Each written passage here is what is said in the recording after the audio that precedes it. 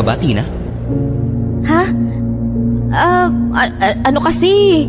Naramdaman ko parang may tumapik sa akin pero wala naman. Wala man ako nakita.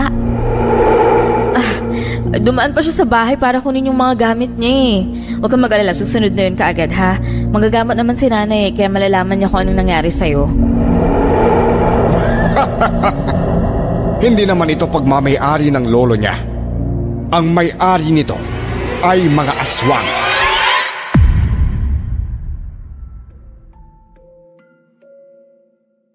Mag-isa na lang akong namumuhay simula nang mamatay ang lolo ko.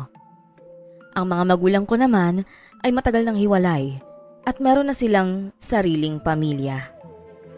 Mas pinili kong tumira sa isang barangay na malapit sa bundok dahil marami ang mga alaala namin doon ni lolo. Meron ding naiwang mga lupain sa akin ng lolo ko, kaya yun din ang rason na hindi ko maiwan-iwan. Ako nga po pala si Tina at ito ang aking kwento.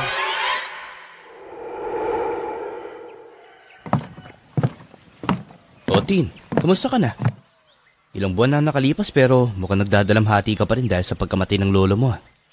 Nangangayayat ka na rin. Ewan ko ba, Pablo? Pero nawala na talaga ako ng ganang kumain tuwing naalala ko na wala na si lolo eh. Alam mo naman na parang totoong tatay ko na siya dahil siya yung nagpalaki sa akin eh. Mas masakit pa nga para sa akin yung pagkawala ni lolo kaysa sa mga magulang ko eh. Hindi naman nawala ang mga magulang mo eh. Di ba ikaw pa nga mismo ang nagsabi na tinatawagan ka nila para kung gusto mo na tumira sa kanila, eh pwede ka na doon. Ikaw lang naman ang may ayaw eh. Ano namang gagawin ko dun sa poder ng mga bago nilang pamilya? Maging pabigat lang ako dun dahil hanggang ngayon wala pa akong trabaho. Tsaka balita ko yung asawa daw ng tatay ko maldite. Eh di dun ka sa nanay mo. Tumawag sa akin si nanay. Hindi raw ako pwedeng pumunta doon dahil may pagkamanyakis yung asawa niya. As if naman na gusto kong pumunta sa kanya, no? Tsaka, hindi naman ako magugutuman dito eh. Kahit ako lang mag-isa, okay lang.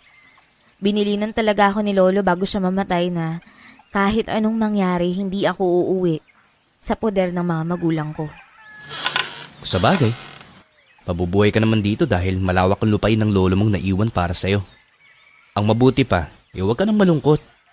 Kasi nakakaapekto yan sa akin eh. Kita mo, kapag malungkot ka, malungkot na rin ako. Hoy, tumigil ka nga dyan.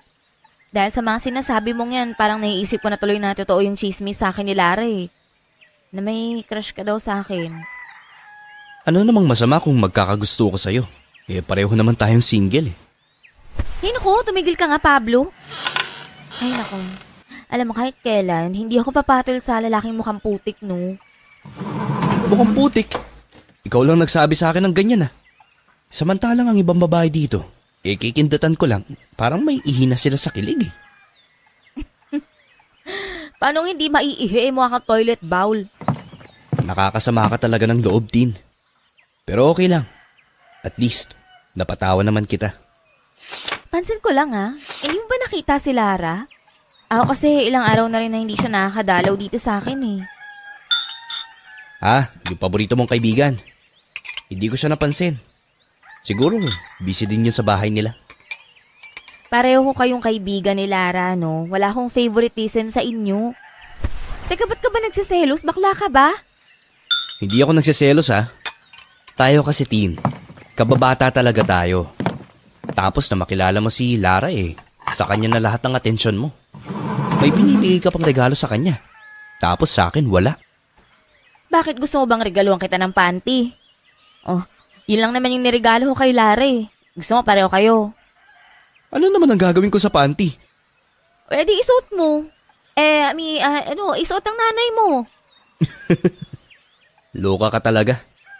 Uwi na nga ako. Ito nga pala, may dala akong mga prutas. Kakapitas ko lang yan kanina sa likod ng bahay. Kainin mo lahat ha. Uy, salamat dito ha. Kaagad din siyang umalis sa bahay na yon ang araw na yon. Si Paulo talaga ay klase ng taong palabiro. Gwapo din siya at magaling manguto Kaya yun ang ginagamit niyang charm para makapambiktima ng mga babae. Marami nang naging kasintahan si Paulo sa amin at lahat ng babaeng dumadaan sa kamay niya ay naiiwang luhaan. Oras lang ang nakalipas ay dumating din si Lara sa bahay. May dala rin itong suman, yun kasi ang kabuhayan nila ng nanay niya. Uy, pasensya ka na kung ilang araw kung di nakadalaw sa'yo ha.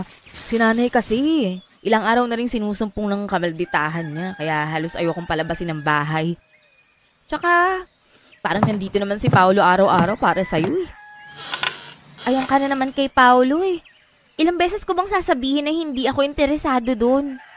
Ikaw kasi masyadong pinapakita na type mo siya kaya ayun, na-turn off tuloy sa'yo. Akin na yung suman na dala mo. Sarap pa naman magluto ng nanay mo. Ay nako, oo naman Tin. Tsaka nabalitaan mo ba na meron na namang paligsahan sa susunod na araw dun sa barangay? Ay, may sayawan na naman daw ng mga nanay dun. For sure, sasali na naman yung nanay mo. Nung nakaraang taon, di ba, sumali din siya tsaka nakuha ng first prize. Oo, sana nga siya na talaga yung manalo ng grand prize ngayon. Alam mo, halos hindi na ngayon nakakatulog sa kakapractice eh. Minsan naiinis na ako sa kanya kasi walang tigil din yung pagkapatugtog niya ng radyo namin. Pero alam mo, ang swerte mo sa nanay mo. Isang taon ko na kayong kilala at kitang-kita ko talaga kung gaano kanya kamahal. Palagi ka rin niyang inaalagaan pag may sakit ka. Sus, ang lolo mo nga rin eh, mahal na mahal ka rin naman nun. Kaya siguro dapat na nating tanggapin ha. Wala talagang forever sa mundo, te. Wala tayong nagiging bato at lahat talaga eh namamatay. Pwera na lang kung may superpower ka, di ba? Alam mo, ang sabi sa akin ni Lolo, yung mga aswang daw, hindi raw namamatay yun ng ganong kadali eh. Sa tuwing may karamdaman daw yung mga aswang, kakain lang sila ng tao, tapos lulusog na sila kaagad. Hoy, wag mong sabihin gusto kong maging aswang. Hindi naman sa ganon ang ibig kong sabihin. Ano ka ba? Ang maganda lang doon, pag naging aswang ka, makakasama mo ng matagal yung mga mahal mo sa buhay. Kaso kumakain nga ng tao eh. So ano okay yun sa'yo? Syempre hindi. Yun man pala eh. Ang mabuti pa ha, dadaanan kita dito sa susunod na araw para makapanood tayo ng sayawan ha. Tapos magsuot ka ng sexy na damit dahil alam mo na, maraming boys doon. Ah! Naku, ayoko nga. Napatawa na lang kaming pareho ni Lara. Maya-maya pa'y nagpaalam na itong umalis sa akin. Ang gaan talaga ng loob ko sa kanya dahil mabait siyang tao at maganda pa. May busilak itong puso na sobrang matulungin sa lahat ng bagay.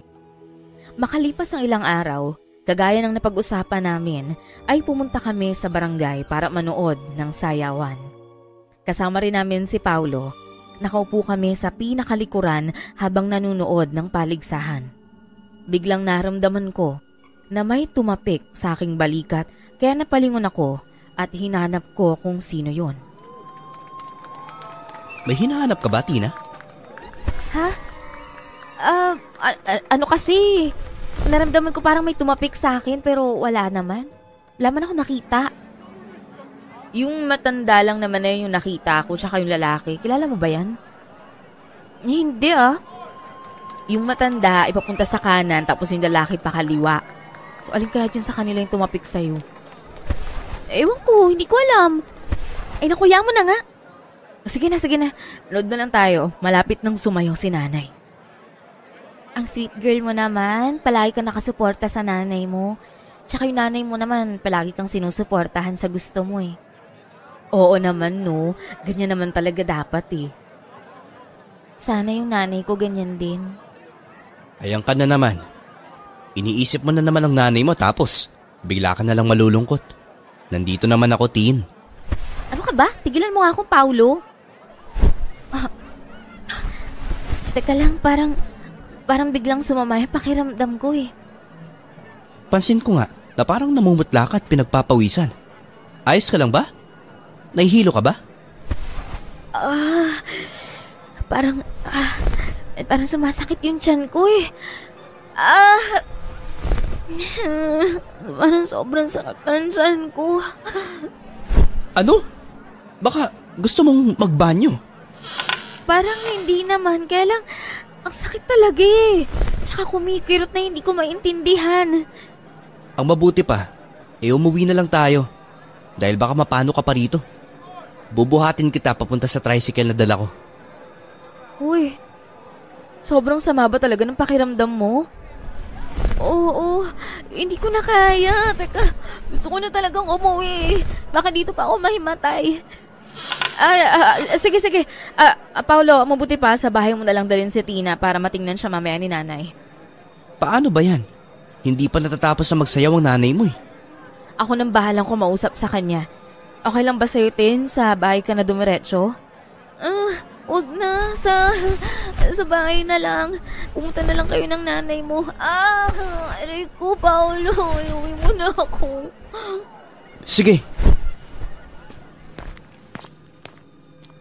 Mabilis naman akong binuhat ni Paolo pauwi sa bahay ko. Nang makarating ako doon, pumasok ako sa loob ng banyo pero kahit ilang beses pa akong magbanyo, hindi talaga nawawala ang sakit ng tiyan ko. Namilipit ako sa sakit at mangiyak-ngiyak na rin. Uminom na rin ako ng gamot para sa pananakit ng tiyan pero hindi pa rin yun tumatalab. Paano ka na naman kaya, Tina? Ano bang huling kinain mo? Kanin lang naman tsaka sisig na niluto ko, yun lang. Hindi kaya may inusog sa'yo dun sa barangay? May kinakausap ka pa bang ibang tao bukod sa amin? Wala. Naalala ko lang may tumapik sa akin kanina pero paglingon ko wala namang tao. Ayan na pala si Lara eh. Tin, hindi pa ba nawawala yung sakit ng tiyan mo? Hindi pa rin eh. Habang tumatagal nga parang lumalala. Alas hindi ako makatayo ng tuwid dahil sa sobrang sakit. Asan na pala yung nanay mo? Dumaan pa siya sa bahay para kunin yung mga gamit niya eh. Huwag kang mag-alala, susunod na yun kaagad ha. Magagamot naman si nanay kaya malalaman niya kung anong nangyari sa'yo. Alam mo ba yung sabi ni nanay? Baka raw sumakit yung tiyan mo dahil may tumapik sa'yong mangkukulam o di kaya aswang. Ano? Ano naman kaugnayan ng mga yun sa sa pananakit ng tiyan ko? Kinuwento ko kasi kay nanay na may naramdaman kang tumapik sa'yo kanina. Pero isang matandang babae tsaka yung lalaki lang naman yung nakita natin dun eh. Tapos hindi pa natin kilala. Ang sabi niya, may mga aswang daw na nambibiktima sa pamamagitan ng pagtapik. Pwede ka raw nilang mausog kaya sasakit yung tiyan mo. At senyales daw ng pag-usog nila sa'yo ay gusto ka nilang kainin. Tama ang sinabi ni Lara. Maaaring aswang nga ang dahilan kung bakit ka nagkakaganyan. Ang mabuti pa hintayin na lang natin ang nanay ni Lara para magamot ka niya at mawala ang pananakit ng tiyan mo. Ano yung magandang gawin pag tinapik ka ng taong hindi mo kilala? Ang sabi nila, kailangan mo silang patapik pabalik at batiin na parang kaibigan mo lang. Nang sa ganon, ay hindi ka maapektuhan ng usog ng mga ito. Ang taong maaaring gumawa nito sa Tin ay mga taong malakas mang usog. O di kaya baka mangkukulam yan. O aswang. 3 lang naman sa mga yun yung salarin eh. Maya-maya pa ay dumating na rin ang nanay ni Lara. May dala itong bag sa likuran niya at merong sundang na bitbit.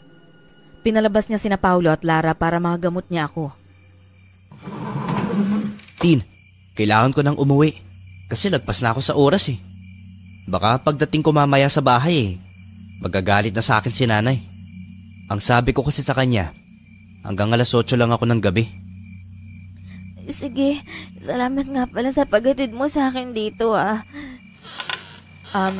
sa labas lang ako Kumalma ka lang ha. Mawawala din yung pananakit ng tiyan mo pag nagamot ka na ni nanay. Aling Diyosa, pagalingin niyo po kaagad si Tina ha. Dahil baka kung ano na mangyari sa kanya kapag hindi niya nakayanan ng pananakit ng kanyang tiyan. Oo naman iho, mahalaga rin si Tina sa akin dahil kaibigan siya ng anak ko. O mag-ingat ka sa pag-uwi mo ha. Sige po. Tara Lara, labas na tayo. Mahiga ka na Tina. Tatawasin ko muna kung ano ba talagang gumawa nito sa'yo.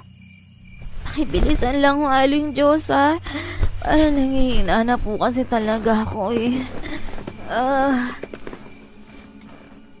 Pinikit ko ang mga mata ko habang ginagawa ni Aling Diyosa ang ritual niya. Meron pa siyang nilagay sa tiyan ko ng mga dahon at hindi ko alam kung ano yon. Manggagamot din ng lolo ko noon pero hindi ako nagkaroon ng interes na sumunod sa kanyang yapak. Wala akong kaalam-alam sa lahat ng mga bagay-bagay na ginagawa ng mga manggagamot. Ilang minuto pa ang nakalipas, sinabihan na ako ni Aling Diyosa na bumangon at alam niya na daw ang lahat kung napano na ako. Ano ba talagang dahilan ng pananakit ng tiyan ko, Aling Diyosa? Aswang. Ano ho? Isang aswang, iha. Siyang dahilan kung bakit nasakit yung tiyan mo. Natipuhan kanyang batiin kanina sa barangay at tinitiyak kong hindi ka natitigilan hanggat hindi ka niya nakakain. Ha? Aling Diyosa, anong gagawin ko? Kailangan mo lang mag-ingat sa aswang na yon. Bawang at asin, yun palagi ang dadalhin mo para mataboy mo palayo sa'yo. Oh, alam ko naman ng pangontra talaga yun sa mga aswang eh. Tama ka. Sana man lang bago namatay ang lolo mo, itinuruan ka man lang niyang manggamot. Hindi na ba sumasakit ang tiyan mo? Hindi na ho. Maraming salamat po sa inyo. Tsaka, kaya po ako hindi tinuruan ni lolo dahil wala naman po talaga akong balak gayahin siya eh. Tsaka isa pa nakita kasi ni lolo na hindi talaga para sa akin yung panggagamot. Ah, ganun ba? Ay, sige na, kailangan na naming umuwi ni Lara dahil marami pa kaming gagawin sa bahay. Ikaw naman, magpahinga ka na dito, ha? Huwag mong kalimutan yung sinabi ko. Magbaon ka ng asin at bawang kung saan ka man magpunta. Opo. Tapos na ba? Oo, tapos na. Ang galing naman ng nanay mo at nawala na lang bigla yung pananakit ng tiyan ko. Hindi ko lang talaga nabanggit sa'yo na si nanay nung kabataan niya pa yan natutuyang manggamot. Bata pa kasi ako, tinuturuan ako ng tatay kong manggamot noon. Ay, ayan ka na naman, Nay. Magyayabang ka na naman kay Tina. Halika na, umuwi na tayo sa atin para makapagpahinga na tayo. Tsaka isa pa, medyo nagugutom na ako, Nay. Ikaw kasi masyado nung tinipid yung pinapakain nyo sa akin eh. Pinagdadayet kita, tumataba ka na. Hindi ko maiwasang wag mainggit sa kanila. Nang makaalis ang mga ito, naalala ko ang inihabilin sa akin ni Lolo. Mga kwintas daw yon pero ang tawag doon ay anting-anting. Maaari ko rin daw gamitin yon para malayo ako sa mga masasamang elemento o nilalang. Isa daw yung proteksyon na nagmula pa sa ninuno niya. Kinalkal ko yon sa pinagtataguan ko. Kinaumagahan, isang kahindik-hindik na balita ang nakarating sa akin. Merong isang binatilyo na natagpo ang patay sa lugar namin. Pumunta ako doon sa lugar kung nasa ng bangkay at halos hindi ko nakayanan ang mga nakita ko. Kawawa naman talaga. Pagkatapos sa patayin, isinabit pa sa puno ang bangkay. Puro ribs lang ang nakikita ko sa bandang tiyan niya. Paano kaya siya, Pao? Bakit naman ganyan yung sinapit niya? Sobrang kalunos-lunos naman. Hindi ko rin alam eh. Pero pag-aaralan naman daw ng mga opisyalis ng barangay kung anong nangyayari dyan. Daig pa niya ang kinatay na baboy, ano? Eh, naku, sinabi mo pa. Ang hina pa naman gumawa ng aksyon ng kapitan natin dito sa lugar. Kaya nga eh. Sigurado ako na madadagdagan lang itong kaso. Pero hindi mareresolbahan. Hoy! Hinaan nyo kayo mga boses nyo. Kayo naman, chinismis niyo pa si Kapitan dyan. Ano naman magagawa ni Kapitan natin? Nag-iisa lang yun. Siya na nga binabato ng mga tao dito sa atin eh. Dumagdag pa tong problema ngayon. Ay! Alam nyo, dyan mapapatalsik si Kap sa pwesto niya. Sobra namang kapabayaan kasi ni Kapitan dito sa atin. Isipin mo ha, ilang milyon na daw ang pondo na binibigay ng gobyerno dito sa atin para makasemento ang daan. Pero walang pagbabago. Ikaw ba? Ano ba sa tingin mo ang pumatay sa lalaking yan? Aba malay ko. Ano ako, investigador? Nagulat nga lang din kami ni nanay nang marinig namin yung nangyari dyan eh. Balita ko eh. Sobrang babaero daw ng binatilyong yan eh. Ang bata-bata niya pa, pero marami na daw yung naging girlfriend. Ano namang ibig mong sabihin? Na baka pinapatay siya dahil marami siyang babaeng sinaktan. Ay, naku yari ka, Paulo. Baka sa susunod, bangkay mo na yung makikita namin dito. O di ba marami ka ng babaeng sinaktan? Hoy, hindi ako tulad niyan, no? Sana maging leksyon na to sa lahat na hindi maganda yung manloko ng kapwa dahil makakarma lang kayo. Kayo naman, hindi niyo pa nga alam kung ano talaga nangyari. Masyado naman kayong advance mag-isip. Maya-maya pa ay dumating ang nanay ni Lara at sinenyasan niya kaming umalis doon. Nagtaka naman ako, pero sinunod na lang namin siya. Lumayo kami doon sa pinangyarihan ng krimen. Isa-isa kaming pinagsabihan ni Aling Diyosa tungkol sa mga aswang. Nagsisimula na sila, kaya mag-iingat kayo. Nanay naman eh. Alam kong manggagamot kayo, Nay, pero wag niyo naman tinatakot yung mga kaibigan ko. Aswang na naman, puro na lang kayo aswang eh. Mahal ko rin ang mga kaibigan mo, Lara. Lalong-lalo ka na, Tina. Alam mo ba na isa ka sa sadya ng mga aswang? Nausog ka na nila dahil nasasarapan sila sa'yo. Sigurado ako na anumang oras, pwede ka nilang gambalain para makuha ka lang nila. Aling Diyosa, wag po kayong mag-alala. Kaya ko naman po yung sarili ko eh. Lahat po ng mga sinabi niyo sa akin, itatata ko po sa isipan ko. Tumulad ka kasi kay Tina, anak. Ayan, sobrang masunurin. Ay nako, ikaw ay katigas ng ulo. Nako, pag may nangyaring masama sa'yo, talagang, ay nako, hindi ko alam kung anong gagawin ko at mababaliw ako. Nay, mauna na nga lang ho kayong umuwi. Oh, sasama ka sa akin. Uuwi tayo ng sabay.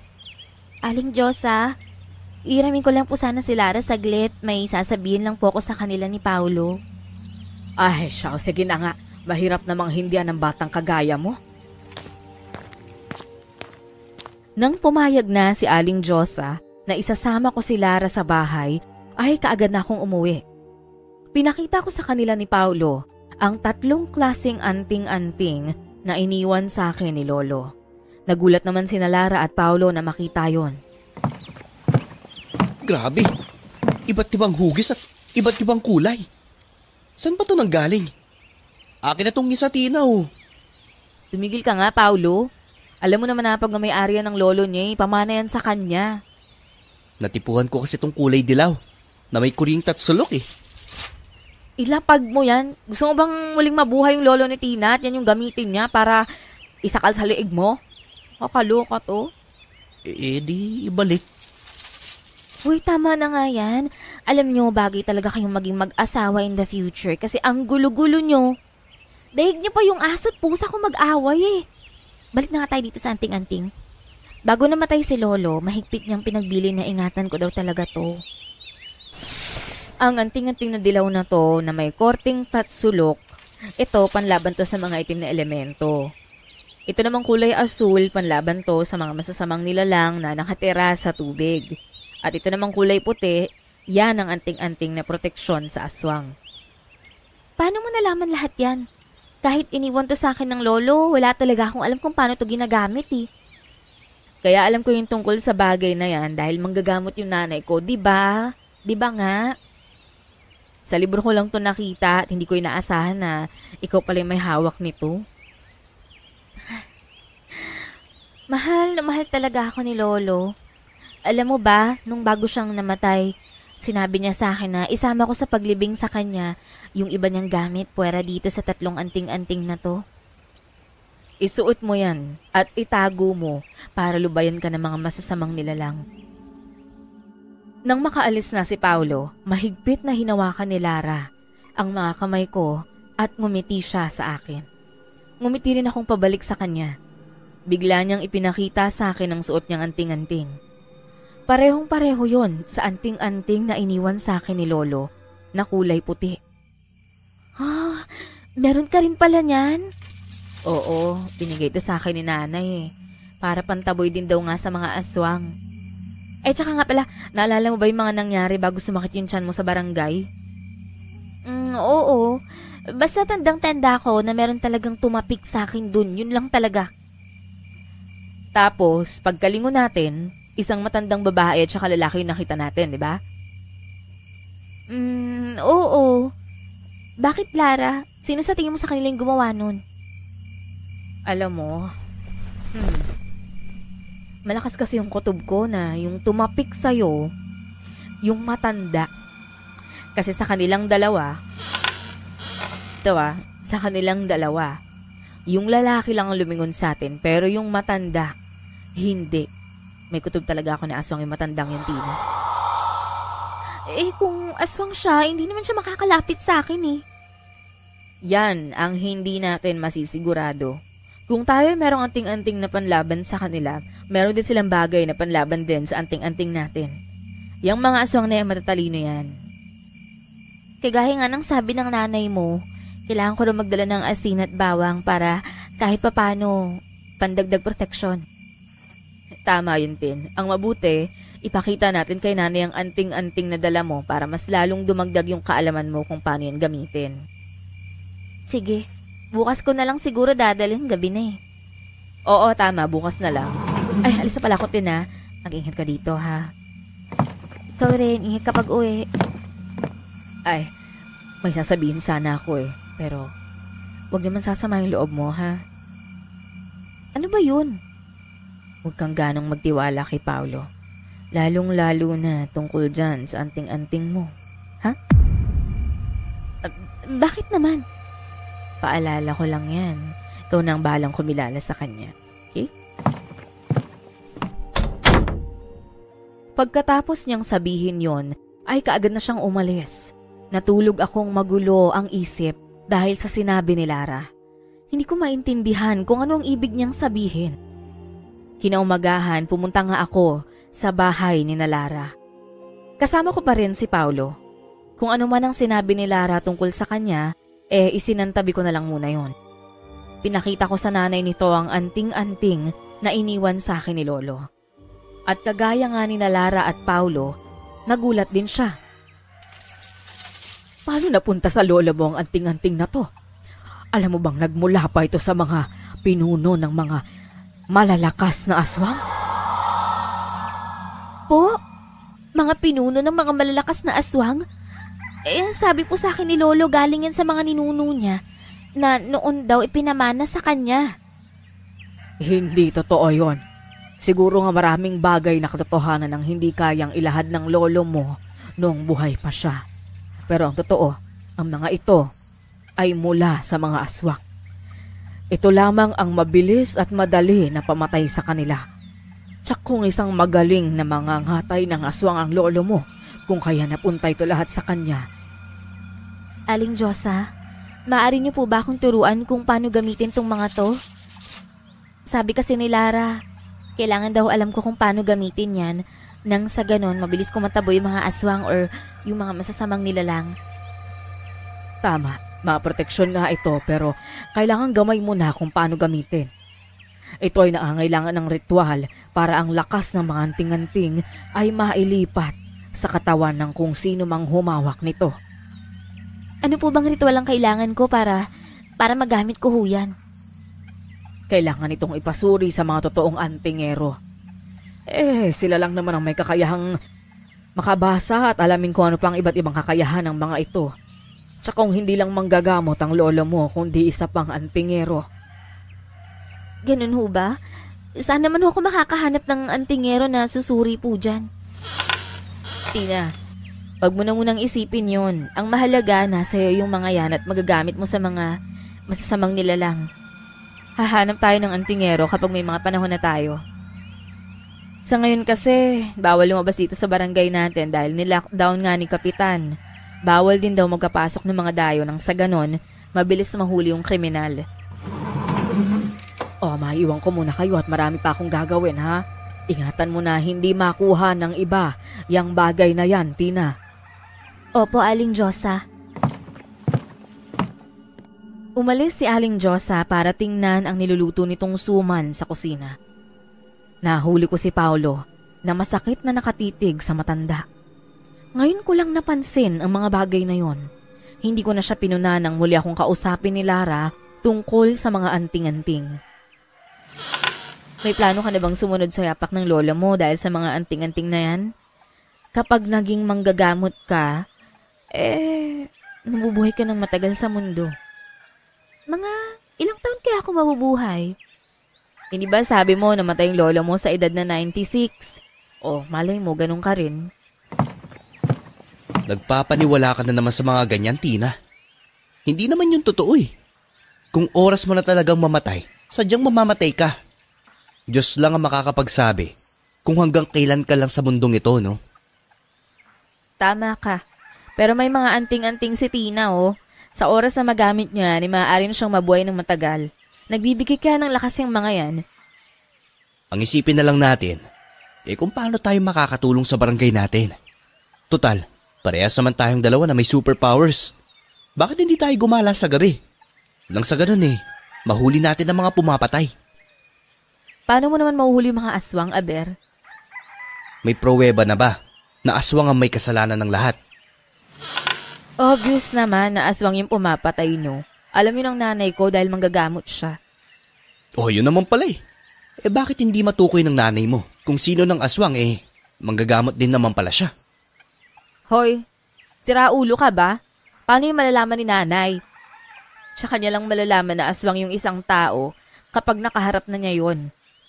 Pero hindi naman niya kayang matukoy kung may gamit rin ang tao na yun na proteksyon para hindi malaman na aswang siya, no? Ay, naku, iyan na naman kayong dalawa Nag-aaway na naman kayo. Bakit hindi na lang kaya kayo magpakasal, no? Ay, naku, ayoko nga dyan. Excuse me? Mas lalong ayoko naman sa'yo, no? Awat na. Ang mabuti pa, Lara, kung may kakilala kang antingero, sabihin mo na sa akin para may pakita ko na sa kanya yung mga to. Okay, sige, hanap ako.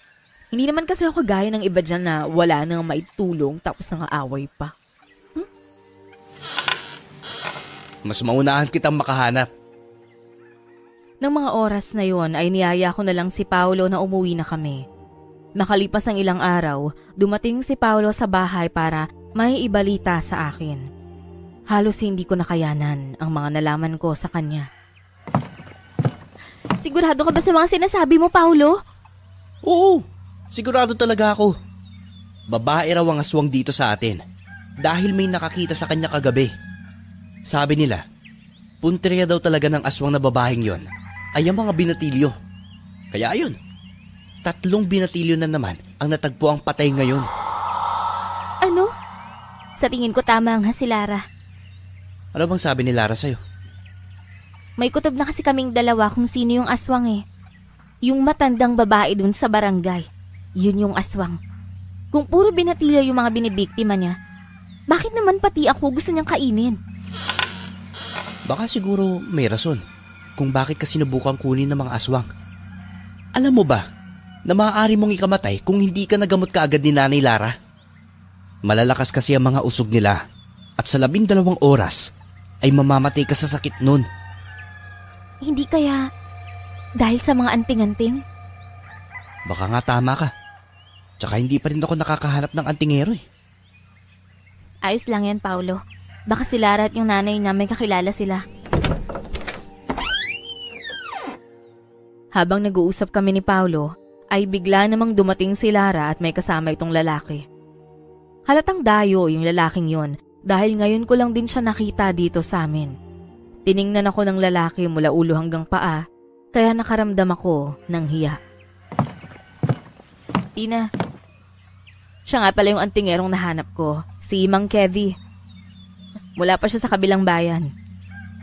Akala ko ba hindi pumapayag si Kapitan na may makapasok na dayo dito sa atin? Humingi rin kasi si Kapitan ng tulong sa kanya.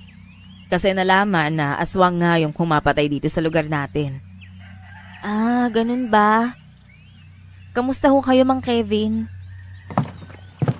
Ayos naman ako, Iha.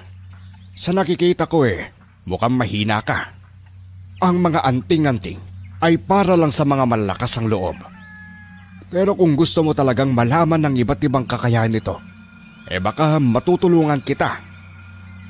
Oho, kaya nga ho sinabihan ko si Lara na maghanap ng magaling na antingero Gustong-gusto ko talagang malaman yung iba't ibang kakayahan ng bagay na yun na iniwan sa akin ng lolo ko.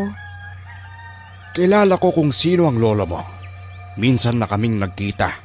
Masasabi kong isa siyang magaling na manggagamot. At antingero din gaya ko. Pwede ko bang makita ang mga anting-anting? Pwede naman nadalhin ni Tina yung mga yon sa bahay eh. Doon na lang kayo mag-usap tungkol doon. Sige. Kung ano ang pasya nyo. Paulo, di mo na kailangang sumama. Yung mga pag-uusapan namin para lang sa mga manggagamot. Sige, aalis na lang ako. Kumindat sa akin si Paulo bago siya umalis. Sumama ako sa bahay ni Lara at dala ko ang mga anting-anting. Napag-alaman ko na si Mang Kevin ay nakatira sa paupahang bahay ng kapitan. Marami kaming napag-usapan tungkol kay Lolo. Hanggang sa nagdesisyon si Mang Kevin na suriin na niya ang mga yon. Mas magiging madali ang pagsuri ko dito kung nasa bahay ako. Po, gaano ho ba katagal yung dapat gawin na pagsusuri? Mga 1 linggo. O di kaya 2. Matagal ho pala. Kung ganun, edi bali na lang ho. Akin na ho yung mga anting-anting, uuwi na lang po ako. Ano? Ang akala ko ba gusto mong malaman ng iba't ibang kakayahan ng mga yon? Opo, kaso kala ko mabilis lang yung pagsusuri eh. Subukan ko na lang na suriin ito na mabilis. Bumalik ka sa araw ng Biyernes at kunin mo ito sa bahay. Pasensya na ho pero nagbago na po yung desisyon ko. Ang buong akala ko po kasi makukuha ko kaagad yung mga to eh. Hindi ko na lang po ipapasuri. Hindi ko alam kung ano ang nagpabago sa isip mo, Tina. Pero pasensya ka na at hindi ko muna yun may babalik sa'yo. Huwag kang mag-alala. Nasa mabuting kamay ang mga anting-anting na to. Sumabat naman si Lara sa usapan namin. Tumaas ang boses nito nang hindi na binalik sa akin ang mga anting-anting. Pati si Aling Diyosa ay nagalit din sa lalaki na naging dahilan na mas lalong ayaw na niyang ibalik yon. Hindi niyo naman ho sinabi kaagad na kukunin niyo yung mga yun eh. Ibalik niyo na lang ho kay Tina kasi gamit niya yun eh. Hindi ninyo kasi naiintindihan. Ang mga ito ay may kakayahan na malaman kung sino ang mga aswang sa paligid natin. Walang kaalam-alam si Tina sa mga bagay na ito. Kaya dapat niya pa itong matutunan na gamitin bago pa siya mauto ng ibang taong nakapaligid sa kanya. Masyado naman ho kayong mapang-angkin. Hindi naman ho sa inyo yan.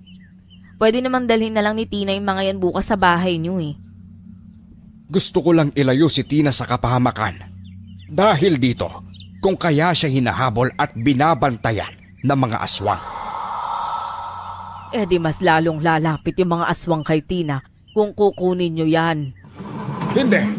Kapag may nangyaring masama kay Tina, iilaw itong anting-anting na kulay puti. Ito ay kalahati na ng buhay ni Tina.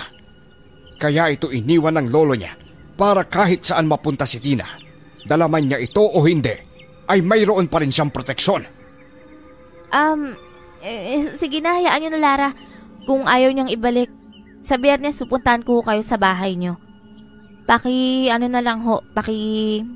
Siguraduhin nyo na lang ho na ibalik nyo yan sa akin kasi kung hindi, papabarangay ko kayo. Sige, kunin mo ito sa araw ng Biyernes. Matapos yon ay kaagad na umalis si Mang Kevin. Umuwi na rin ako sa amin. Pakiramdam ko para bang ang lungkot-lungkot ng naramdaman ko dahil ipinagkatiwala ko sa ibang tao yung bagay na iniwan sa akin ng lolo ko. Mahigpit niya pa na bang binilin sa akin no na kahit kanino hindi ko ibibigay yon. Makalipas ang 2 araw, hindi na ako mapakali. Hindi ko na kayang hintayin ang araw ng Biyernes kaya nakapagkita na ako kay Paulo para ipaalam sa kanya ang tungkol doon. Ano? Hindi niya binalik sa'yo ang mga anting-anting? Hindi na. Nagtaka nga ako kung bakit eh. Mamaya baka may kapalit yun bago ko makuha ulit. Sira ulo pala itong si Lara eh. Siya ang dapat sisihin dito. Kung hindi niya dinala ang lalaking yun sa bahay ninyo, di sana nasa iyo pa ang mga yun. Ano ka ba? Wag mo lang sisihin si Lara. Nagalit nga din siya na hindi binalik sa akin ni Mang Kevin yung mga yun eh. Yung kasing matandang yun eh. Gusto nga daw niyang suriin talaga yun. Tapos balikan ko na lang daw sa araw ng Biyernes. Hindi ko na talaga kayang maghintay eh. Ano bang gusto mong gawin? Samahan mo kukunin natin sa kanya. Sa mahinahon na paraan o puwersahan? Siyempre, sa mahinahon. Ito naman, kung makasabi naman na puwersahan para namang kaya mo siya. Kakayanin ko para sa'yo. Paolo, ano ka ba? Seryoso ako. Mukha ba ako nagbibiro? Tara na nga. At kunin na natin sa kanya. Pero ayoko naman kasing bastusin natin siya eh. Nakilala niya daw kasi yung lolo ko, tsaka nakakahiya naman kung magsasabi siyang parang hindi ako tinuruan ng lolo ko ng magandang asal. Ako ang bahala. Kakausapin natin siya na maayos. Okay, sige. Habang naglalakad kami papunta sa bahay ni Mang Kevin, nakasalubong namin si Lara. Sinabi ko sa kanya ang plano ko na bawiin kay Mang Kevin ang mga anting-anting at sumama naman siya sa amin. Sa tingin mo ba babalik niyo yun sa'yo? Hindi ko alam eh, kaya nga natin pupuntahan eh. Ikaw talaga may kasalanan nito, Lara. Nakahanap ka nga ng antingero, pero traidor naman yung pinakilala mo kay Tina. Alam ko bang traidor siya? Hindi naman ah. Ginawa ko naman lahat para ibalik niya yung mga anting-anting kay Tina eh. Tara na, Tina. Kunin na natin ang anting-anting sa lalaking yun. Sasama ako. Maiwan ka dito. Pero Tina, gusto kong makatulong. Kami na lang muna ni Paolo yung gagawa ng paraan para mabawi yun. Pag sumama ka, naku, mag-aaway lang naman kayong dalawa eh. Wala nang nagawa si Lara nang hinablot ni Paolo ang mga kamay ko. Napansin ko na sobrang galit na galit si Paolo ngayon. Sa sobrang galit niya, hindi niya na nalaman na hinihigpitan na pala niya ang paghawak niya sa kamay ko, kaya napatili ako sa sobrang sakit. Aray ko naman, Paolo, ang sakit. Makahawak naman to. Oh, sorry, Tina. Hindi ko sinasadya. Bakit ba parang galit na galit ka kay Lara? Tsaka nung nandun tayo sa bahay nila, parang kita ko na masakit yung tingin mo sa nanay niya. Ano bang meron? Wala ah. Naiinis lang talaga ako kay Lara ngayon dahil nilagay ka niya sa ganitong sitwasyon. Imbis na maging madali ang lahat eh, naging mahirap pa. Ba't ba? Alin ba yung tinutukoy mo? Wala. Iwasan mo na nga si Lara ngayon. Mukhang hindi naman nakakatulong ang babaeng yun sa'yo eh. Ano bang ibig mong sabihin, Paolo? Tapatin mo nga ako. Ano bang dahilan ng palagi yung pagkakagalit ni Lara? Dati ba kayong magkarelasyon na hindi ko alam at masakit yung breakup nyo? Ayan ka na naman sa pagiging overthinker mo. Hindi no? Bakit ako magsasayang ng oras sa babaeng yun? Ikaw lang naman ang gusto ko. Tsaka, sa totoo lang, walang gusto yan sa akin si Lara. Inuuto ka lang yan. Ang isipin mo na lang, kung paano mo mabawi ang iniwang proteksyon ng lolo mo sa'yo.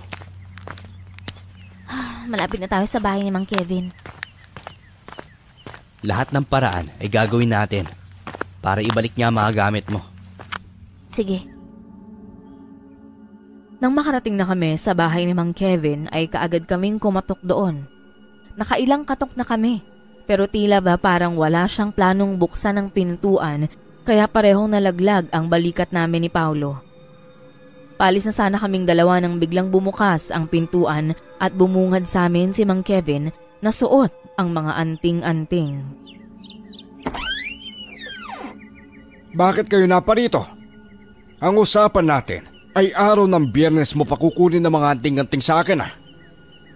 Mawalang galang na po, Mang Kevin. Ibalik mo na po yan sa kaibigan ko. Hindi naman po sa inyo yan eh. Pagmamay-ari pa yan ng lolo niya. Hindi naman ito pagmamay-ari ng lolo niya. Ang may-ari nito ay mga aswang. Sa akin na muna ang anting-anting na ito sa ngayon. Dahil may mga kailangan pa akong gawin. Ano ba talagang dahilan at gustong-gusto mong itago ang anting-anting na yan? Wala ka na dong pakialam, iho. May pakialam ako dahil kaibigan ko ang may-ari niyan. Umalis na kayo. Ngayon din! Paano kung ayaw namin? Pupunta kami sa barangay at ire-report ka namin. Huwag niyong hintayin na mapipilitan akong saktan kayo bago pa kayo umalis dito. Kung gusto niyong mag-report sa barangay, sige, gawin niyo. Halika na. Paulo, umalis na lang tayo. Nang kumuha si Mang Kevin ng itak, ay mabilis kaming kumaripas ng takbo. Hingal na hingal kaming pareho nang makarating kami sa bahay. Parang nawawalan na ako ng pag-asa na mabawi ang mga gamit ni Lolo. Nagtiwala ka kasi agad sa lalaking yun eh. Malay mo kung may binabalak yun doon sa anting-anting. Ano naman kayang mapapala niya doon? Balak niya sigurong ilipat sa katawan yung kapangyarihan ng anting-anting na yun. Hindi naman yun may lilipat hanggat hindi siya ang nararapat. Teka lang, ano bang alam mo? Eh wala kang kamag-anak na albularyo eh. Albularyo din naman ang lola ko. Oh, talaga? O nasa na yung lola mo? Nasa bahay. Medyo may edad na kasi siya. Hindi na ganong gumagala. Alam mo, naging palaisipan talaga sa akin kung sino yung matandang yun na nakita ako sa barangay. Ang sabi sa akin ni Lara, baka siya nga yung aswang. Tsaka di ba kumakalat na din na babae yung aswang dito sa atin? Kung sino man yung aswang na yan, poprotektahan kita laban sa kanila. Ako na ang bahala sa'yo. Kala mo naman kung sino matapang, duwag naman. Hindi ako duwag, no? Umuwi ka na nga. Kita na lang tayo bukas ha. Balitaan mo ko sa mga nangyayari sa lugar natin kung may mga patayan pa ba. O sige, magpahinga ka na rin. Kinaumagahan ay maaga namang pumunta si Lara sa bahay ko. Nagulat pa ako sa pagdating niya. Lungkot na lungkot ang mukha niya at napayakap siya sa akin nang makita ako. Rinig ko ang mahina niyang pag-iyak sa balikat ko kaya hinaplos ko ang likuran niya para mapatahan siya. Ay, naku, huwag ka nang umiyak. Na paano ka ba? Sorry talaga, Tina. Nang dahil sa akin, malungkot ka rin ngayon. Sana hindi ko nalang pinakilala sa yung lalaking yun. Traitor pala yun. Eh, naku, okay lang yun. Mambabawi din naman natin yung mga yun eh. Sige na, huwag ka nang umiyak. Pumunta ako sa kanya para makiusap na ibalik niya sa'yo yun pero alam mo kung anong sabi niya. Hindi daw basta-basta yung pagtatangan ng anting-anting. Pinuntahan mo siya? Oo! Lumod pa nga ako sa harapan niya para ibalik niya lang yun sa'yo eh. Pero ayaw niya talaga. Kailangan daw mapatunayan mo na ikaw yung karapat-dapat dun. Eh kung gano'n, paano ko rin mapapatunayan? Araw na ng Biyernes bukas. Kaya sasabihin niya sa'yo kung anong kailangan mong gawin. Kailangan maaga tayo bukas para puntahan siya. Eh okay, sige. Ipapaalam ko to kay Paulo. Ang sabi niya sa akin, wag mo na daw ipaalam kay Paulo. Wag mo nang isama si Paulo. Nagalit kasi siya sa ginawa niyong pagpunta sa bahay niya eh. Hindi na ako nakasagot pa kay Lara. Kinaumagahan kagaya ng pinag-usapan namin ay maaga nga kaming pumunta sa bahay ni Mang Kevin ng araw ng Biyernes. Pinapasok niya kami sa loob ng tirahan niya at nangilabot ako sa mga nakita ko. May mga 3 kalansay ng taong nakadisplay doon. Meron pang itim na bungo at may mga nakatirik na kandila na puro kulay itim. Huwag kang matakot sa mga nakikita mo, Tina. Panahon na para malaman mo ang totoo. Ako ay isang antingero na may lahing mangkukulam. Wala akong intensyon na masama sa'yo, kundi ang gusto ko ay matulungan ka. Sabihin niyo na po sa akin ng diretso kung ano ba talagang gusto niyo. Wala akong gusto, pero mayroon kang misyon na gagawin bago ko ibalik sa'yo ang mga anting-anting mo. Kailangan mapatay mo ang babaeng matandang aswang na bumibiktima sa lugar na ito. Ang matandang aswang? Oo, ikaw lang ang makakapatay sa kanya, Tina. Yun at ang matandang tinutukoy niya yung nakita natin sa barangay. Yung nakausog sa'yo. Tama ka.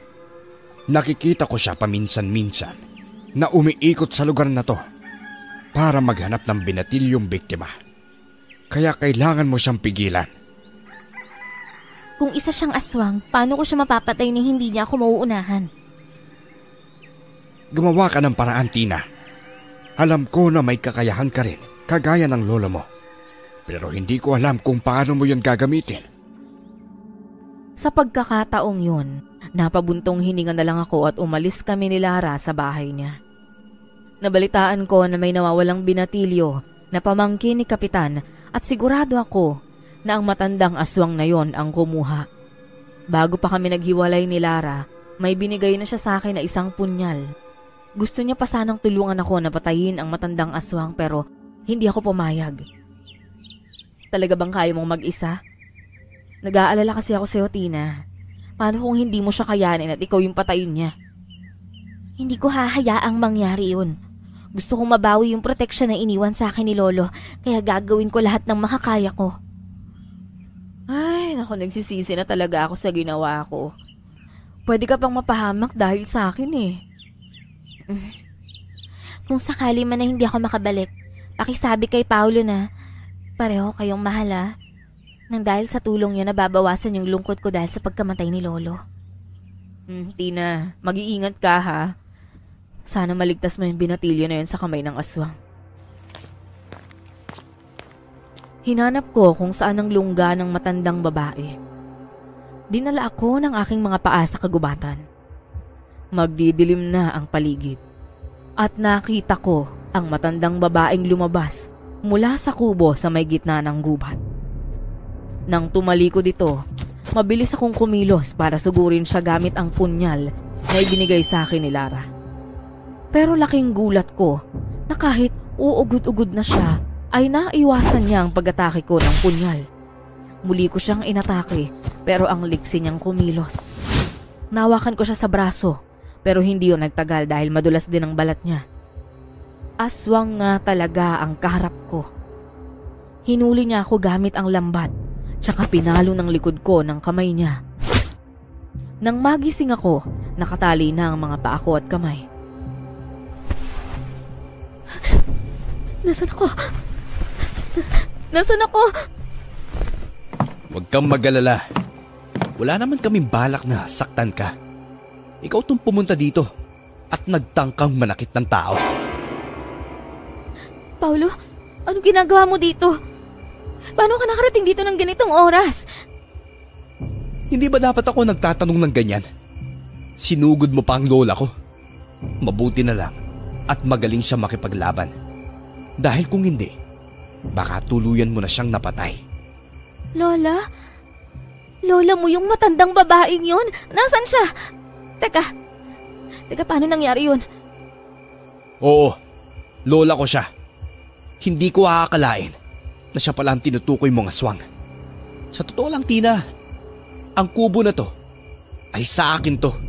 Nandito lang si Lola para magbakasyon sa akin. Dahil ako ang pinakapaborito niyang apo. Siya yung umusog sa akin sa barangay, Paulo. Siya yung dahilan kung bakit sumakit yung tiyan ko. Maling taong tumapik sa'yo at hindi siya. Nagkataon lang na nandoon siya sa barangay ng gabing yon. Dahil hinahanap niya ako.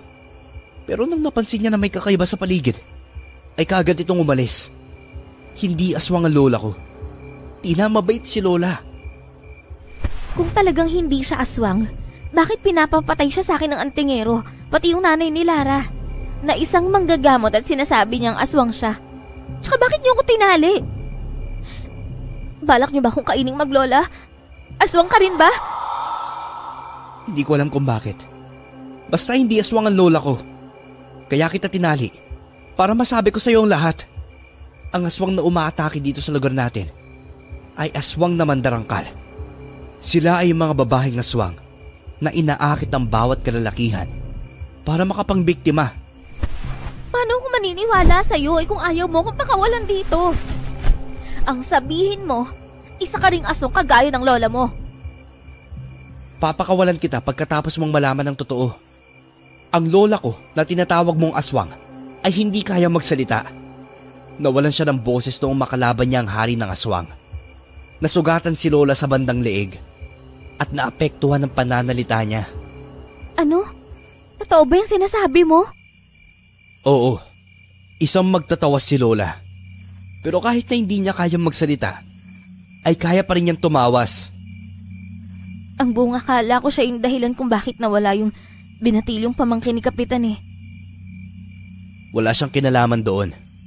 Nagtutulungan kami ni Lola na malaman kung sino ang aswang dito sa atin. Pero hanggang ngayon, ay wala pa rin kaming ideya kung sino yon. Ang mabuti pa, hihingi tayo ng tulong kay Lola. Kaya niyang gumawa ng paraan para makita kung nasaan ang pamangkin ni Kapitan.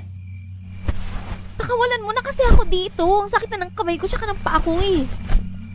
Sige, ang gusto kong malaman, kung bakit siya pinapatay ng antingerong yon. Nagtataka rin ako, Paulo eh. Natakot ako nang makita kita kanina. Ang akala ko ikaw yung aswang. Ako na ang susunod sa yapak ni Lola na maging magtatawas. Isa rin sa rason niya kung bakit siya nandito ay para turuan ako. Kaya nga palagi kong sinasabi na kailangan kong umuwi. Dahil magagalit na naman si nanay. Excuse ko lang yun lahat. Si nanay kasi, ilang linggo nang umuwi sa kanilang bayan. Bale, si Lola na ang nakakasama ko ng ilang linggo na rin. Sorry kung napagkamalan kong aswang yung lola mo ha. Buti na lang talaga. Hindi ko siya matamaan ng binigay sa akin ni Lara ng punyal. Binigyan ka niya ng punyal? Oo. Naniwala rin kasi siya sa antingero na aswang yung lola mo eh. Naku, kung makakapagsalita lang talaga si Lola. Kanina ka pa tinalakan nun. Maya-maya biglang pumasok ang matandang babae at may dala itong tsinelas. Galit na tumingin sa akin ang matanda at pinandilatan niya ako ng kanyang mga mata. Hindi ko inaasahan na bigla niya akong pinalo ng ilang beses gamit ang tsinelas, kaya nagtago naman ako sa likuran ni Paulo dahil sa sobrang takot. Paulo! Tulungan mo ako yung lola mo, pinapalo niya ako eh. Hindi lang kaya ni Lola na magsalita. Pero grabe ang tenga niyan. Sobrang talas makinig sa mga kwento-kwento. Sorry na po, Lola. Hindi ko naman alam na hindi kayo aswang eh. Tsaka napag-utusan lang akong patayin kayo. Ako na ang kakausap sa kanya, Tina. La, pwede mo bang tawasin kung nasaan ang pamangkin ni Kapitan na binatilyo? Nakita ko naman na tumangulang ang matanda at niyaya na si Paulo na pumasok sa loob ng kanilang kwarto. Naghintay ako ng ilang minuto at nang makabalik na si Paulo ay nakita kong meron itong dalang pana. Buntot ng pagi at asin at bawang na nasa loob ng plastik. Pero bago yun, merong mga album na pinakita sa akin si Paulo. Nagulat ako nang makita ko si Lolo doon sa may litrato at kasama ang lola ni Paulo. Bakit may litrato yung lolo ko tsaka yung lola mo? Ang kwento sa akin ni Lola dati naging ninyo niya raw ang lolo mo eh. Yan na lang kasi ang natitirang alaala ng lola sa lolo mo. Kaya tinago niya hanggang ngayon. Hindi ko na sinabi sa iyo ang lahat. Dahil ang balak ko tayo magtutuloy ng love story nilang naputol.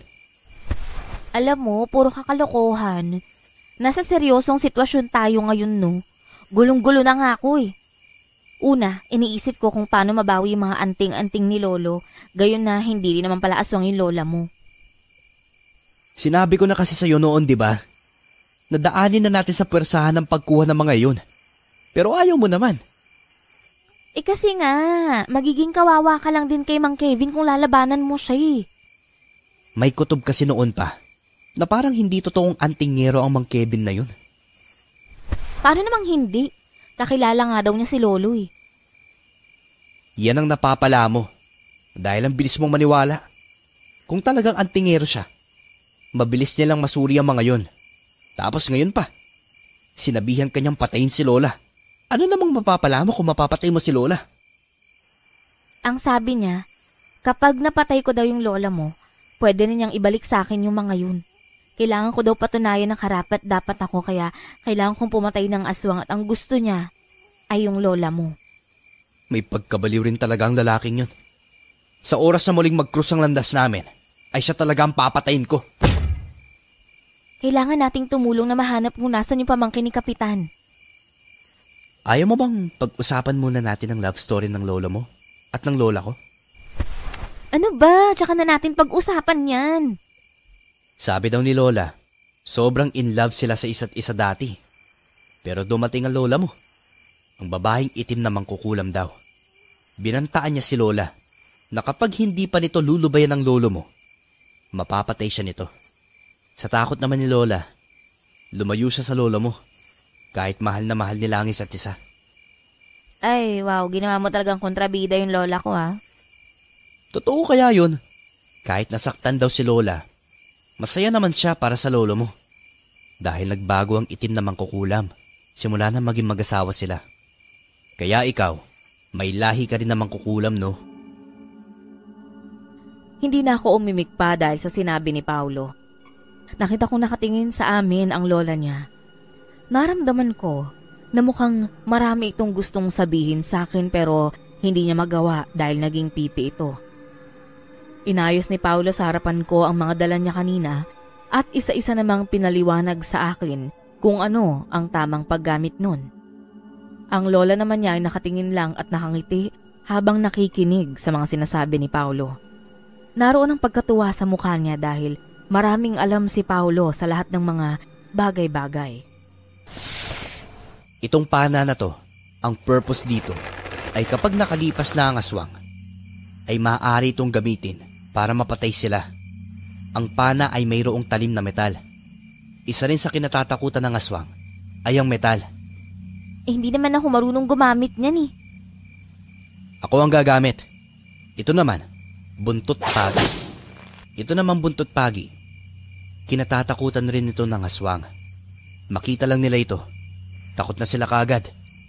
At ang asin at bawang naman ay kailangan na masaboy mo ito sa kanila. Tamang-tama. Dinikdik ko na ito para maging madali ang lahat. Sino ba kasing aswang yung paghahandaan natin ng ganyan? Nakita ko sa pagtawas ni Lola kanina kung saang lupalop nila dinala ang pamangkin ni Kapitan. Nandoon siya malapit sa ilog kung saan ang kuta nila. Sasama ba yung lola mo sa atin sa paglusob dun sa kagubatan? Hindi, tayong dalawa lang. Alam mo nang mahina na si Lola eh. Ang galing naman ng lola mo. Kahit hindi siya makapagsalita, marunong siya makipaglaban. Wala namang koneksyon ng kakayahan niya sa pagkawala niya ng boses eh. E di, kung ganun tara na.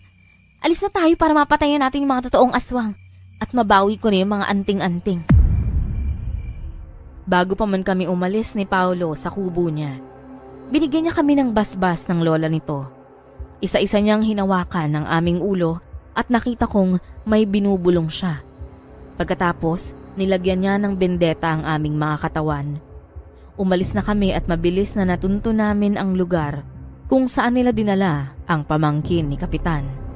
Pero nang malapit na kami, biglang may mga nilalang sa harapan namin na biglang lumitaw at mahahaba ang kanilang mga buhok. Puro sila mga babae, may pakpak na parang paniki at matutulis ang mga kuko. Diyos ko, Paulo! Sila na yata yung mga aswang eh! Kumalma ka lang, Tin. Mabilis lang natin mapapatay ang mga yan. Kaunting asin at bawang lang yan. Masusunod na sila. Sigurado ka ba? Baka mamaya hindi na tayo magtagumpay na makarating dun sa kuta nila eh. Dito pala mamatay na tayo, ano na? Ang mga aswang na mababang uri ay madali lang patayin. Kagaya nito. Tignan mo. Bigla silang sinabuyan ni Paulo ng asin at bawang at napasigaw ang mga ito. Tapos bigla na lang silang nasunog at nawala sa paningin namin. Namangha ako doon kaya dumukot na rin ako ng maraming asin at bawang para maghanda. Kita mo? Sabi ko na sa'yo na ang bilis silang patayin. Next time kasi, mas piliin mong maniwala sa akin kaysa sa iba. Sana kasama natin si Lara ngayon para makita niya lahat ng to.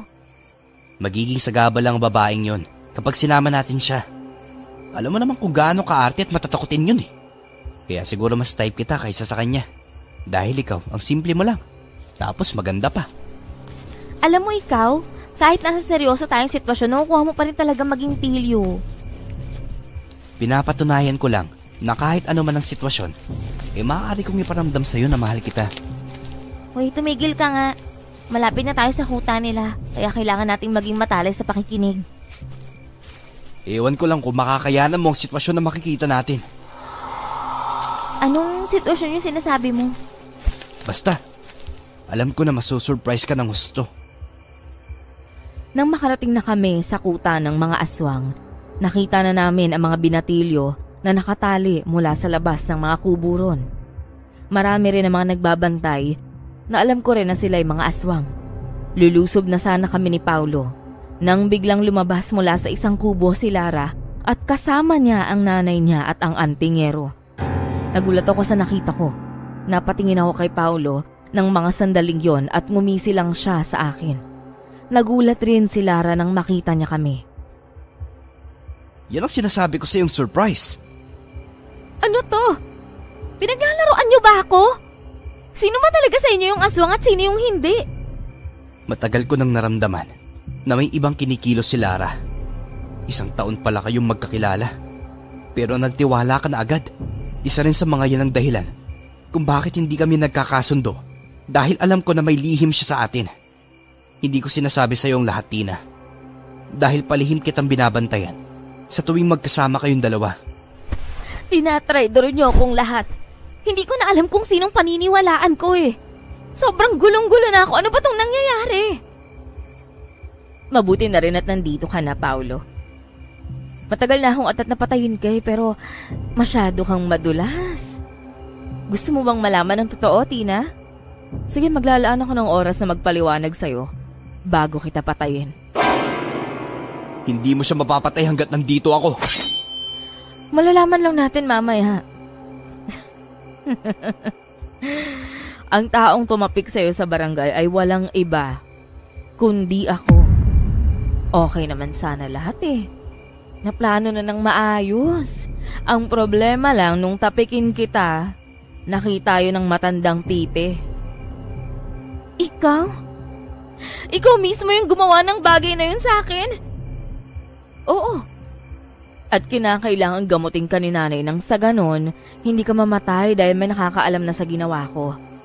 Isang tapik lang, mamamatay ka na, Tina. Paano ka naging aswang kung manggagamot yung nanay mo? Ano ka ba? Hindi totoong manggagamot si nanay kundi mangkukulam. Tama ng paliwanagan. Matagal ko nang alam ang sikreto ninyong mag-ina. Alam ko rin na ikaw, Lara, ang nambibiktima dito. Gamit yung ganda mo. Naakit mo ang mga binatilyo at dadalhin sa kagubatan. Tapos papatayin mo. Yan talaga yung pinakaayaw ko sa'yo eh dahil masyado kang matalino. Yang antingerong yan, totoo bang antingero siya? Hindi. Nang dahil din sa pagtapi ko sa kanya, ay naging sunod-sunuran siya sa mga utos ko. Ang lahat ng sinasabi niya sa'yo ay ibinubulong ko sa kanya. Ako ang kinakausap mo at hindi ang lalaking yan. Ibalik niyo na sa akin yung mga anting-anting ko. Mang Kevin, akin na. Tina, ito ang 2 anting-anting mo. Ang isang kulay puti ay kinuha ni Aling Diyosa sa akin. Saluhin mo to! Inihagis sa akin ni Mang Kevin ang 2 anting-anting at nasalo ko yun agad. Nang mga sandaling yon, nagulat naman si Lara sa ginawa ng matandang lalaki. Kaagad na sinugod ito ni Lara at sinakal sabay tapos ng katawan nito sa lupa. Nanghina naman si Mang Kevin dahil sa lakas ng pagbagsak nito. Tina, maganda ka. Dahil lulusob ang mga tauhan nilang aswang. Nakahanda na ako. Isuot mo ang 2 anting-anting. May proteksyon ka pa rin makukuha dyan. Dahil wala na ang kulay puti. Sige, Pao. Ay, ang sweet nyo namang 2. Pero paano ba yan? Hindi na kayo makakaalis ng buhay dito eh. Mga kampo, patayin nyo na yung 2 yan. Sumunod naman ang mga tauhan nilang mga aswang. Nakaupo pa munang mag-ina habang tinitingnan kaming nakikipaglaban sa mga tauhan nila. Ginamit ni Paulo ang buntot pagi para masugatan at mapatay ang mga aswang. Ako naman ay nagsaboy lang ng asin at bawang at nasusunog naman ang katawan ng mga ito. Nasa likuran lang ako ni Paulo nang sa ganon ay maprotektahan niya pa rin ako. Pero hindi ko inaasahan na may isang aswang na lumusob mula sa likuran ko at hindi rin yun napansin ni Paulo. Nakalmot ako nito sa likuran at napasigaw ako sa sobrang sakit. Paano ka, Tin? Ayos ka lang ba? Nakalmot ako pa sa likuran ko. Sakit. Lintik na yan. Hayop ka, aswang ka! Kaya ko pa naman. Lalaban tayong dalawa, okay? Hanggang kamatayan. Oo, Tin. Lalabanan natin sila. At kaya natin silang ubusin. Ano? Kaya niyo pa ba? Hindi pa nakakalahati yung mga kauri ko.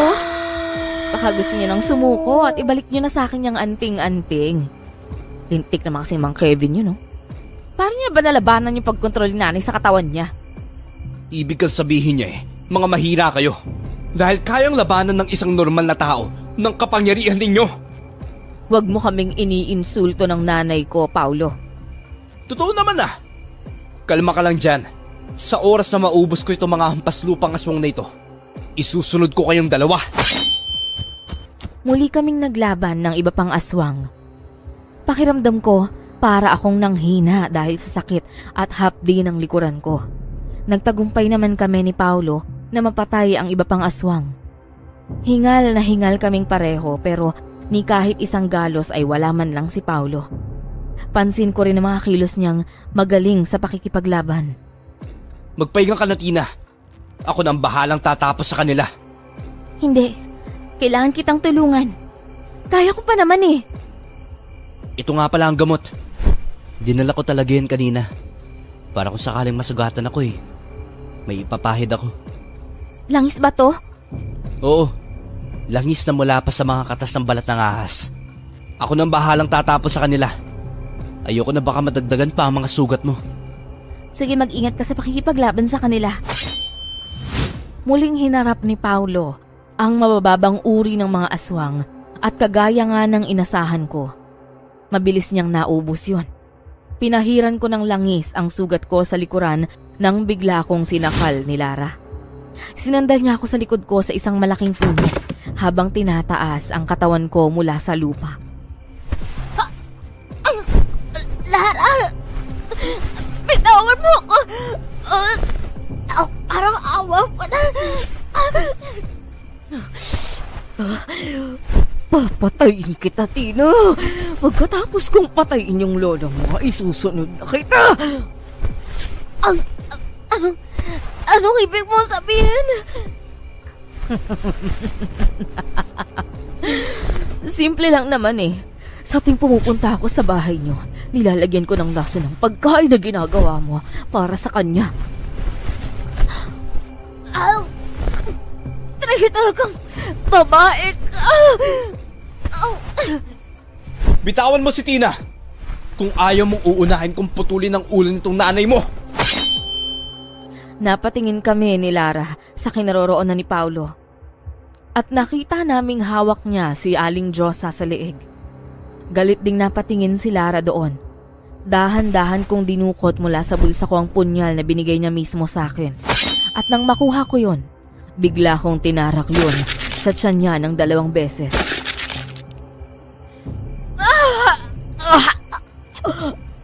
Walang yakang babae ka!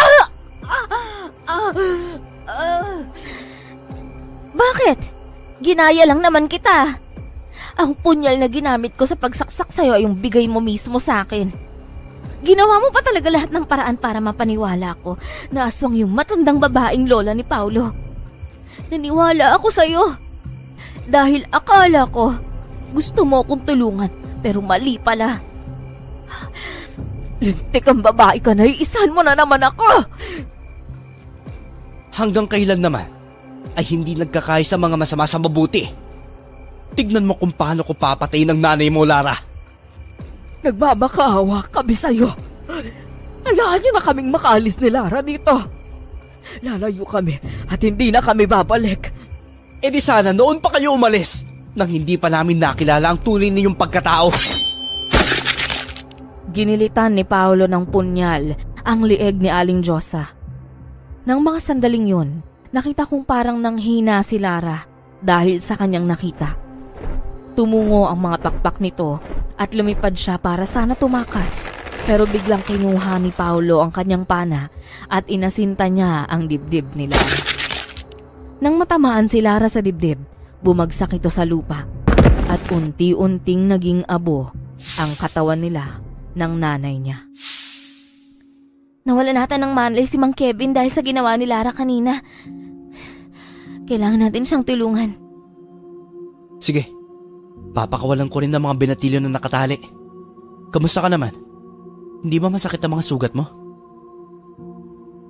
Hindi na gaano dahil pinahiran ko ng langis kanina. Usap na lang tayo mamaya kapag nakalis tayo dito. Sige, pero alam mo, ang galing mo palang makipaglaban. Ngumiti lang din sa akin si Paulo ng mga sandaling yon. Tinulungan namin si Mang Kevin at ang iba pa na umalis sa lugar na yon. Nagpasalamat naman ang matandang lalaki sa amin at humingi rin ito ng pasensya dahil sa nagawa niya. Sobrang saya ko dahil nabawi ko na ang mga anting-anting na iniwan sa akin ni Lolo. Pagkatapos ng mga nangyari ay bumisita ako sa kubo ni Paulo at wala na roon ang lola niya. Kailan ba umalis yung lola mo? Kahapon ng umaga. Hindi ko nasabi sa'yo dahil marami akong inaasikaso bago siya umalis eh. Nasa akin na rin naman ang mga gamit niya bilang magtatawas. Ibig sabihin, napasa na sa'yo yung bertud? Oo, napasa na niya sa akin. Gusto mo bang tawasin kita? Wala naman akong nararamdaman para tawasin mo ko eh. Pumayag ka na kasing liligawan kita, Tina. Wala naman si Lara ngayon kaya tayong dalawa na lang ang palaging magkasama. Mas maganda siguro kung magiging mag-asawa na lang tayo. Ay nako, iwan ko nga sa'yo. Loko-loko ka talaga kahit kailan. Alam mo, hindi mo ko mapapaniwala na gusto mo ko, no? Totoo nga na gusto kita eh. Ano ba kailangan kong gawin para mapatunayan ko yun sa'yo? Wala kang gagawin, okay? Bahala ka. Gusto mo man o hindi, diligawan pa rin kita. Ay naku, bahala ka. Gawin mo kung anong gusto mo. Kaagad na akong umalis sa kubo niya nung araw na yon. Hindi nga talaga nagbibiro si Paulo, naliligawan niya ako. Sa ngayon po, naging asawa ko na rin po siya. Isa siyang mabait at mapagmahal na asawa sa akin, lalong-lalo na sa 2 anak namin. Magaling na rin itong mangtawas. Ang anting-anting ko naman ay ibinigay ko kay Paulo. Nang sa ganon ay malayo siya sa disgrasya. Tinutulungan ko rin siya sa tuwing marami ang gustong magpatawa sa kanya.